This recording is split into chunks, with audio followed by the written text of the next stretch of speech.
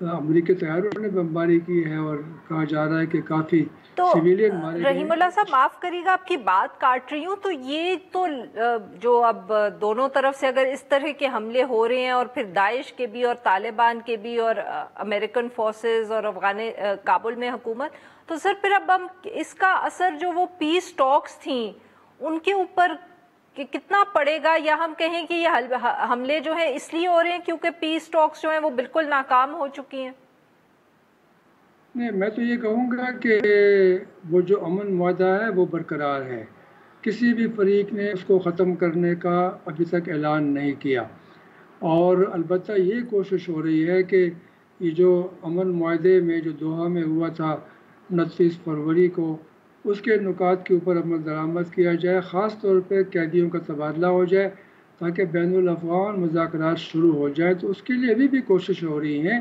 اس وقت بھی زلمے خلیلزاد جو امریکہ کے خصوصی نمائندے ہیں افغانستان کے حوالے سے، وہ مختلف ملکوں کا دورہ کر رہے ہیں۔ وہ پاکستان بھی آئے تھے اور وہ قطر بھی جائیں گے، اور چین اور روس اور جرمنی اور انڈیا۔ تو میرے خیال میں کوششیں ابھی بھی جاری ہیں۔ البتہ یہ ہے کہ صورتحال بڑی تشویشناک ہے، غیر یقینی ہے۔ اس طرح کے اگر حملے ہوں گے تو پھر ظاہر ہے امن مذاکرات شاید مزید التوا میں پڑ جائے اور ان کے نتائج بھی نہ نکل سکے۔ اور آپ دیکھیں کہ اشرف غنی نے اعلان کر دیا ہے، اپنی فوج کو حکم دیا ہے کہ وہ طالبان اور دوسرے جو مسلح گروہ ہیں ان کے خلاف حملے شروع کر دیں۔ اس کا مطلب ہے وہ حملے کریں گے، طالبان پھر جوابی کارروائی کریں گے، داعش کو موقع ملے گا، تو یہ پھر تشدد میں اضافہ ہوگا اور یہ امن کی منزل دور ہو جائے گی۔ تو سر بتائیے کہ ابھی تک کیا مسئلہ ہے جو وہ جو پرزنرز ریلیز کرنے تھے، جو قیدی ریلیز کرنے تھے، وہ کیوں نہیں ابھی تک یہ ختم، مطلب کہ ابھی تک کر پائے؟ کیونکہ یہ تو شاید غالباً پہلی شرط تھی جو پیس ٹاکس تھی ان کی۔ یہ تو بڑی اہم شرط تھی، اور امریکہ اور طالبان نے یہ فیصلہ کر لیا تھا کہ 5000 طالبان قیدی رہا ہوں گے، اور طالبان کے پاس جو 1000 افغان حکومت کے قیدی ہیں ان کو رہا کیا جائے گا۔ کچھ قیدیوں کی رہائی ہو چکی ہے، تقریباً 1000 طالبان رہا ہوئے ہیں، اور کوئی 200-300 جو ہیں وہ افغان فوجی اور پولیس کے لوگ رہا ہوئے۔ لیکن وہ جو ایک فگر تھا 6000 قیدیوں کا تبادلہ ہوگا، وہ ابھی تک نہیں ہوا۔ افغان حکومت کہہ رہی ہے کہ وہ صرف 1500 طالبان قیدیوں کو رہا کریں گے۔ تو طالبان کہتے ہیں کہ جب تک قیدی رہا نہیں ہوں گے وہ بین الافغان مذاکرات میں حصہ نہیں لیں گے۔ تو یہ ایک بڑی رکاوٹ بن گئی ہے، اور یہ امریکہ کی ذمہ داری ہے۔ امریکہ نے کیوں ایسا وعدہ کیا، کیوں یہ نقطہ معاہدے میں شامل کیا کہ افغان حکومت جو ہے اس کو نہیں مان رہی؟ یعنی افغان حکومت سے یہ بات منوانا امریکہ کا کام ہے، ذمہ داری ہے، اور وہ ایسا نہیں کر سکے۔ جی ناظرین، یہاں پہ لیں گے ہم ایک چھوٹے کو، جب ہم بریک سے واپس آئیں گے تو ہم رحیم اللہ صاحب سے گفتگو جاری رکھیں گے۔ اسٹے ود اس۔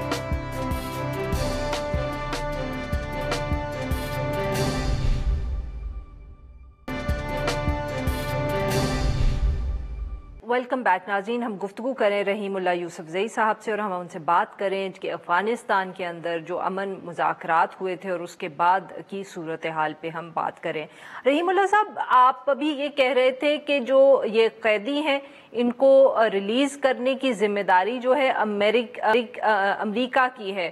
انہوں نے اگر یہ وعدہ کیا تھا طالبان کے ساتھ، تو اب ان کو کابل حکومت سے بھی بات کرنی چاہیے کہ کابل حکومت جو ہے وہ اب ان قیدیوں کو چھوڑ دے۔ تو سر اس کا یہ ہم مطلب ایک تو سمجھیں کہ امریکن حکومت نے جس وقت معاہدہ سائن ہو رہا تھا تو اس وقت تک یہ بات جو تھی یہ صاف نہیں کی تھی کابل حکومت کے ساتھ کہ ان کو چھوڑنا پڑے گا، اور اگر اس وقت یہ بات کی تھی تو پھر اس کے بعد کابل حکومت نے اپنا ارادہ تبدیل کر لیا ہے کیا؟ اور ارادہ تبدیل کر دیا اور امریکن ایڈمنسٹریشن کچھ کر نہیں پا رہی اس حوالے سے؟ دیکھیے، میرے خیال میں امریکہ نے ضرور مشورہ کیا ہے افغان حکومت سے، نہ صرف اشرف غنی سے بلکہ ڈاکٹر عبداللہ سے، حامد کرزئی اور باقی لوگوں سے۔ اتنا بڑا فیصلہ کرنا، ذمہ داری لینا، یہ امریکہ نے ایسا نہیں کیا ہوگا کہ خود انہوں نے یہ فیصلہ کیا اور کسی سے مشورہ نہیں کیا. افغان حکومت کو میرے خیال میں ہم کہہ سکتے ہیں کہ وہ حق بجانب ہے ایک حد تک کہ وہ اپنے بھی کچھ مطالبات منوائیں. ان کے پاس ایک پتہ ہے، یہ قیدی جو ہیں تقریباً 11,000 طالبان وہ افغان حکومت کی تحویل میں ہیں اور وہ اس کو بطور ایک پتے کے استعمال کریں گے.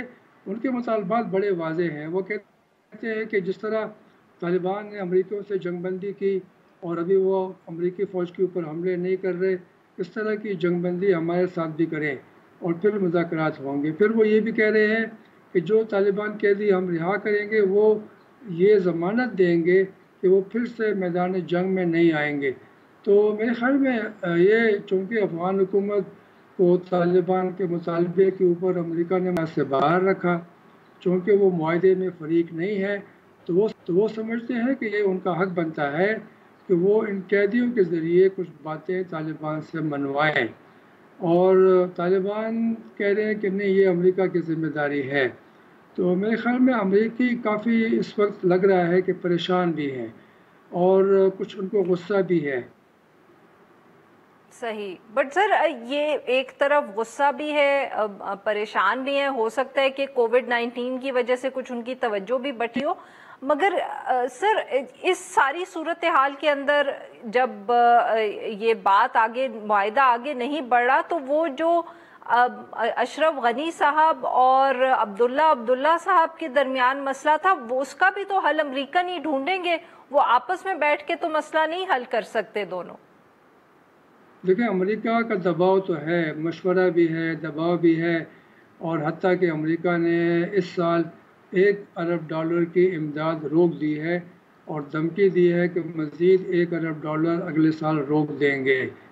تو یہ اس کا کافی ایک منفی اثر پڑے گا افغانستان کی حکومت اور ان کی فوج کے اوپر، کیونکہ جو $5 ارب سالانہ چاہیے افغانستان کی فوج اور پولیس اور ملیشیا کو برقرار رکھنے کے لیے، وہ پیسہ امریکہ سے آتا ہے.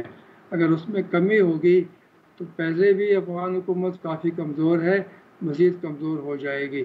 اشرف غنی کہہ چکے ہیں کہ 6 مہینے اگر غیر ملکی امداد بند ہو گئی تو ان کی فوج بکھر جائے گی. تو میرے خیال میں امریکہ کے پاس ایک قسم کا ایک طاقت تو ہے کہ وہ اس طریقے سے عبداللہ اور اشرف غنی کے اوپر دباؤ ڈال رہے ہیں کہ وہ یہ مسئلہ حل کریں اور ایک پاور شیئرنگ ارینجمنٹ کریں. بات چیت ہو رہی ہے، امریکہ کا مشورہ بھی ہے، دباؤ بھی ہے، اور جو افغان رہنما ہیں، حامد کرزئی ہیں، پروفیسر سیاف ہیں، یونس قانونی ہیں، کریم خلیلی ہیں، انہوں نے بیچ میں پڑھ کر بات چیت کروائی. عبداللہ تو کہہ چکے ہیں کہ تقریباً معاہدہ طے ہونے والا ہے. اشرف غنی کے لوگ بھی کہہ رہے ہیں کہ معاہدے کے قریب ہے، لیکن معاہدہ ابھی تک ہوا نہیں ہے، کیونکہ عبداللہ چاہتے ہیں کہ ان کو مزید اختیارات دیے جائیں. اشرف غنی اس کے لیے تیار نہیں ہے. اور رحیم اللہ صاحب، very quickly at the end, کیا یہ جو ساری صورتحال ہے جس میں کچھ سمجھ نہیں آ رہا کہ آگے کیا ہوگا، کہیں اس کی وجہ سے داعش تو اپنی طاقت یا اپنی اسپیس بڑھا نہیں پائے گی زیادہ؟ لیکن داعش کو تو موقع ملا ہے، وہ تو نہ امن مذاکرات کا حصہ ہیں، نہ کوئی ان سے بات کرے گا، اور ان کا تو اس میں فائدہ ہے کہ وہاں پہ جنگ جاری رہے. اور آپ دیکھیے کہ کچھ مہینے پہلے اشرف غنی نے دعویٰ کیا تھا کہ داعش کا افغانستان میں صفایا کر دیا گیا ہے. ابھی ان کے پاس طاقت نہیں ہے، لیکن یہ جو بار بار حملے ہو رہے ہیں، داعش کی طرف سے ذمہ داری بھی قبول کی جا رہی ہے، اس سے کافی حیرانی ہوتی ہے کہ ان کے پاس کتنی طاقت ہے، کتنے خود کش حملہ آور ہیں. ان کے پاس اس وقت کوئی جگہ ان کے قبضے میں نہیں ہے افغانستان میں. یہ سب ان کے ہاتھ سے نکل چکا ہے، طالبان کے ہاتھوں میں آ گیا ہے یا افغان حکومت کے ہاتھ میں. تو میرے خیال میں یہ ایک بڑی پراسرار سی کیفیت ہے کہ داعش کے پاس کتنی طاقت ہے، کون ان کے پیچھے کھڑا ہوا ہے، اور یہ کب تک جنگ کر سکتے ہیں. بالکل صحیح. بہت بہت شکریہ رحیم اللہ سے ہم سے بات کی. ناظرین، آج کے لیے بس اتنا ہی. We'll be back tomorrow at the same time.